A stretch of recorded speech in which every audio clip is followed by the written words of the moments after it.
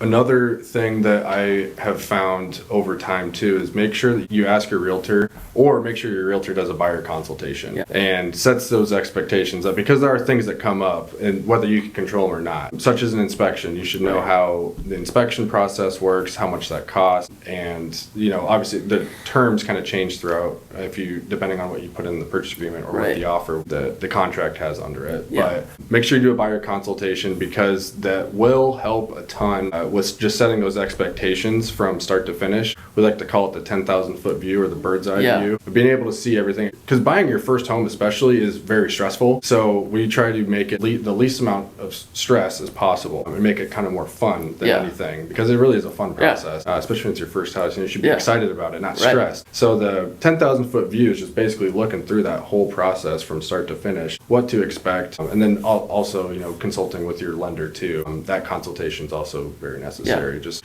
don't go buy a large, don't go finance a car before that kind of thing. It has happened, not to me, but I've heard horror stories, where someone, we got our offer accepted, let's go finance a motorcycle thing. So there's just a lot of things. Ask as many questions as you can. I think that's the big thing to take away from it. Don't just assume that this is how it works kind of thing. There's stuff that we can't control, but we have the answers to your questions. And if we don't have the answers, we're going to find them. I think that's the biggest thing. Yeah.